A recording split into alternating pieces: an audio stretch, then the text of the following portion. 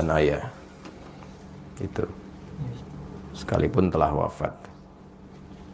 Bahkan banyak kisah di dalam Al-Quran, dari perbedaan keyakinan pun sosok-sosok Nabi terekam dalam sejarah. Untuk keluarga terdekat itu, sosok-sosok orang soleh masih mendoakannya.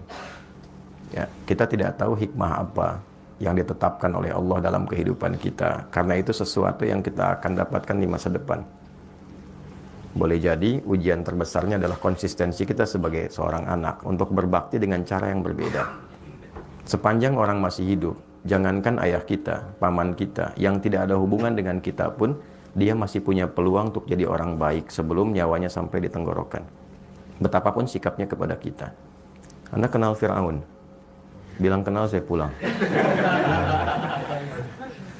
Fir'aun itu, se-Fir'aun-Fir'aunnya, catat kalimat ini. Fir'aun itu, se-Fir'aun-Fir'aunnya, tetap diberikan haknya oleh Allah sebelum nyawanya sampai di kerongkongan untuk mendapatkan hidayah berubah jadi orang baik. Cuma Fir'aunnya saja yang enggan. Fir'aun itu hobi bunuh orang. Yudzabbihuna abna'akum. Dan caranya mengeksekusinya dari bayi itu sudah dibawa oleh algojonya, dibanting, digorok berkali-kali sampai wafat di depan ibu yang baru melahirkannya. Memperbudak mengaku Tuhan, ana rabbukumul a'la. Dengan semua perbuatan itu, ia tetap mendapatkan haknya supaya mendapatkan cahaya hidayah hingga nyawanya sampai di kerongkongan. Ada doa yang disampaikan Nabi Musa untuk menghadap kepadanya, dikirimkan Harun untuk menemaninya, diberikan tanda-tanda kebaikan sampai ke ujungnya. Saya tanya, apakah ayah pernah bersikap seperti Firaun? Mengaku Tuhan? Tidak. Pernah bunuh orang? Ya, ayah Anda tidak mengerjakan apa yang Firaun lakukan. Maka sepanjang ia tetap sebagai ayah Anda, minimal kita doakan. Itu hal terbaik yang mungkin, itulah yang bisa memberikan pengabulan doa dan jalan keluar dari apa yang kita rasakan selama ini. Untuk berdamai dengan nafsu kita, setidaknya melatih dengan doa terhadap hal-hal, sosok-sosok yang mungkin selama ini tidak ideal bagi kita. Dan itulah kehebatan dari Islam. Ketika mampu mengolah nafsu untuk bahkan mendoakan kepada orang yang menyakiti kita. Hadisnya jelas. Doakan bahkan orang yang mendolimimu, yang nggak kenal aja mendolimi. Nabi mengajak kita minimal mendoakannya. Umar itu kan masuk Islamnya karena doa Nabi kan. Umar itu kerasnya luar biasa. Dan cita-cita terbesarnya saat itu sebelum masuk Islam membunuh Nabi. Tangannya sudah terhunus pedang, mencari Nabi. Tapi dengan doa Nabi lembut hatinya. Dan ternyata masuk Islam dan pembela luar biasa. Sepanjang Anda masih hidup, ayah Anda hidup ataupun telah wafat, ya masih punya kita satu kewajiban minimal dengan doa. Kalau Anda bisa menaklukkan keadaan diri kita itu, nanti penaklukan terhadap nafsu yang paling tinggi itu akan berpengaruh kepada nafsu yang lainnya. Untuk bisa mengendalikan hal terakhir yang mungkin tadi Anda katakan. Itu satu terkait dengan ayah. Yang kedua terkait dengan ibu. Kemuliaannya bahkan 3 kali disebutkan dalam hadis. Menjadi pembuka dalam ayat yang ibu disebutkan, ayah tak disebutkan. Wassaynal insana biwalidayhi hamalathu ummuh. Abunya nggak disebutkan. Aku wasiatkan pada anak untuk meningkatkan baktimu kepada ibumu, kepada kedua orang tuamu, khususnya ibu yang telah mengandungmu, telah menyapihmu, memberikan ASI sampai menyapih merawatmu. Maksud saya apa? Kecintaan Anda kepada ibu untuk berangkat bekerja, jangan menghilangkan niat baktimu kepada ibundamu. Paham ya maksudnya? Oke. Kalau paham maksudnya begini, berangkat itu bukan sekedar cari uang untuk ibu. Karena hakikatnya orang tua itu tidak bahagia dengan pemberian uang. Mereka nggak menuntut pemberian uang. Kalau Anda sudah menikah ataupun berjalan sekarang ini, demi Allah saya katakan, ibu itu, ayah itu pada fitrah tertingginya, bahagianya itu ketika melihat kita senang. Bukan melihat banyak uang. Dengar aja kamu sehat, telepon, sehat mah, senang, itu bahagia dan luar biasa. Gitu. Dan tidak menuntut balas untuk diberikan imbalan dunia.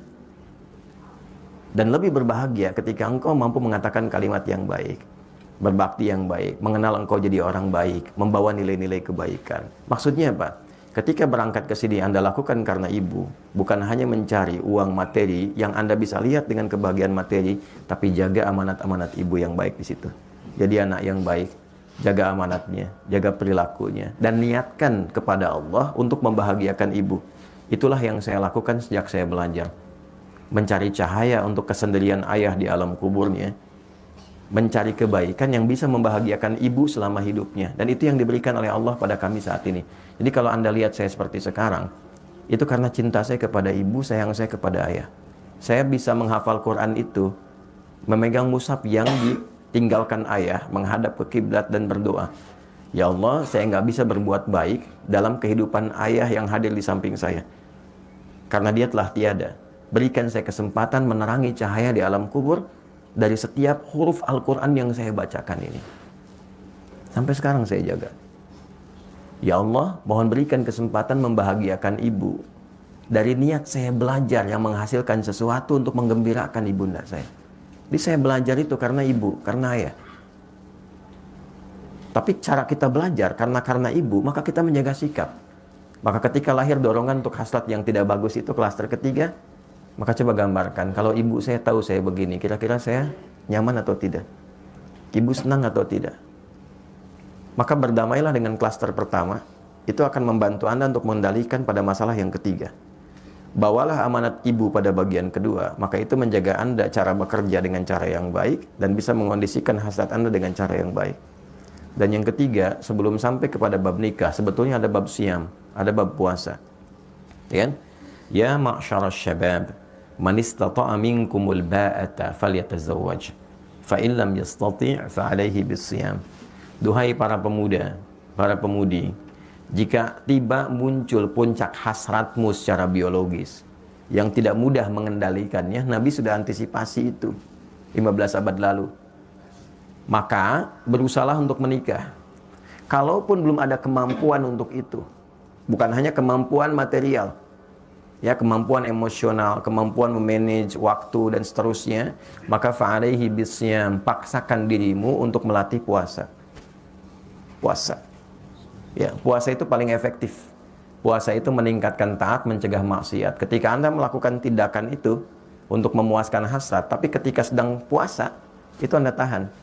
Minimal takut batal puasanya. Nah, terus melatih itu sampai kemudian ada pengendalian yang terbiasa walaupun tanpa puasa. Lakukan itu di awal dulu demikian. Puasa, puasa, puasa. Sebulan penuh puasa. Untuk Ramadan kan? Nah, waktu Ramadan kan tidak dikerjakan. Kenapa? Saat puasa kan?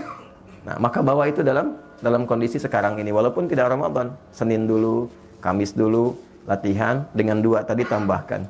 1 klaster pertama berdamai dengan masalah awal Anda.